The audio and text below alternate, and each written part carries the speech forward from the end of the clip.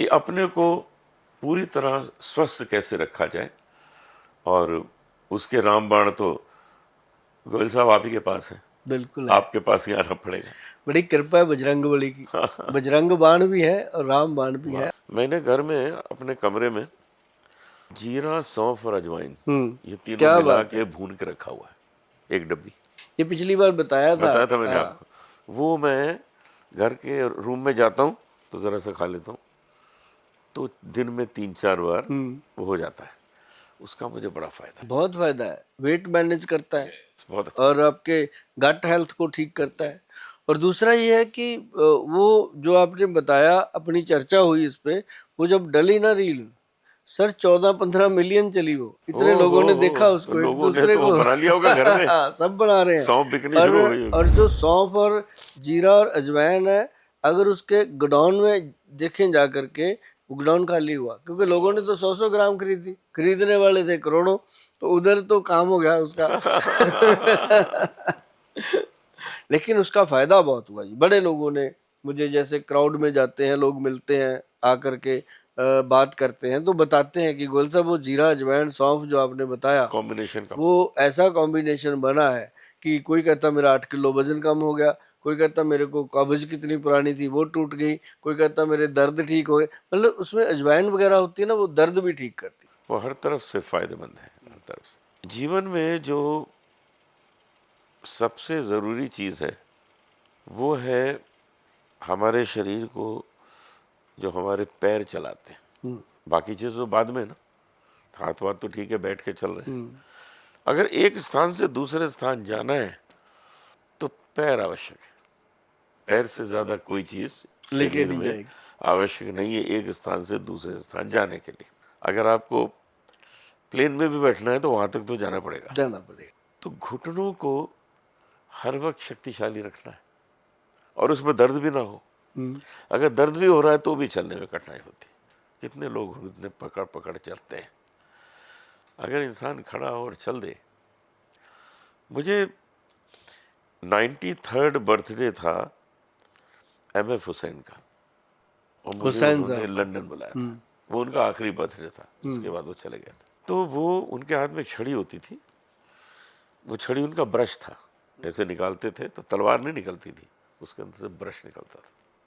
मैं उनसे कहता था कि आप 93 के हैं, ऐसे चल रहे हैं जैसे बच्चा चलता है, ऐसे भाग रहे हैं, ये मामला क्या है?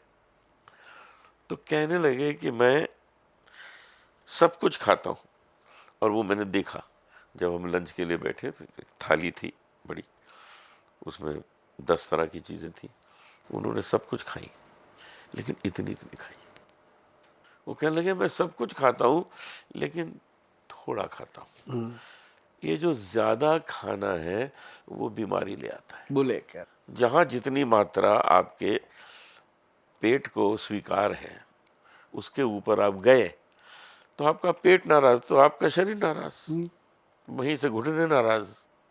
ये आपके मुखार बिंदु से लोगों तक समझाना बहुत ज़रूरी है कि ज़रूरत से ज़्यादा मत खाओ, चाहे वो टेस्टी हो। जैसे मुझे कोई एक गुलाब जामुन देता, खाओ। मैंने गुलाब जामुन खाया और मुझे बहुत अच्छा लगा, तो बोलते एक और ले लो। तो मैं उनसे कहता हूँ दूसरा भी तो ऐसा ही होगा, दूसरा लेने का लाभ क्या है? टेस्ट वही होगा ना। वही होगा।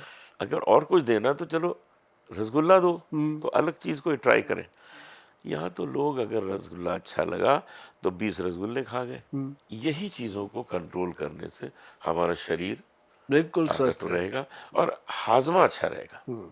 ये चीज़ें आपके मुखार बिंदु से यदि सामने जाती हैं तो बड़ी प्रभावशाली होंगी। अभी बड़ी बात है कि सबने कहा है, बुजुर्गों ने कहा, किताबों में लिखा, ग्रंथ में लिखा कि जितना तेरा दाना है वो तूने उतना ही खाना है, उसके बाद भगवान ने तेरे को बुलाना है। ठीक है ना जी? तो है क्या कि अब मान लो थोड़ा थोड़ा खाते हैं, कहते नहीं जो कम खाता है वो ज्यादा जीता है, क्योंकि उसका राशन बचा होता है, भगवान ने उसको रखना है दुनिया में कि भाई अपना पूरा खा के आ। है ना? जो फटाफट खाता है वो जल्दी चला जाता है क्योंकि उसने अपना निपटा खा दिया। लिया। जो खाना था खा लिया। मतलब एक तो ये सीधी बात होगी अध्यात्मक से जुड़ी हुई, एक होगी स्वास्थ्य से ड्यू टू मेडिकल। वो है कि जब हम कोई भी चीज एक्सेस खाते हैं, मान लो जो शराब पीते हैं लोग, एक पैग पीने वाले को कुछ नहीं होता, 2 पैग, हमारे हमारे फादर साहब 2 पैग लेते थे, मरते दम तक जवान स्वस्थ रहे वो। और जो लोग एक्सेस पीते हैं, अब जैसे मान लो एक बोतल मंगाई के खाली करके ही सोना, हाँ, यही होता है। तो वो तो फिर प्रॉब्लम है ना जी।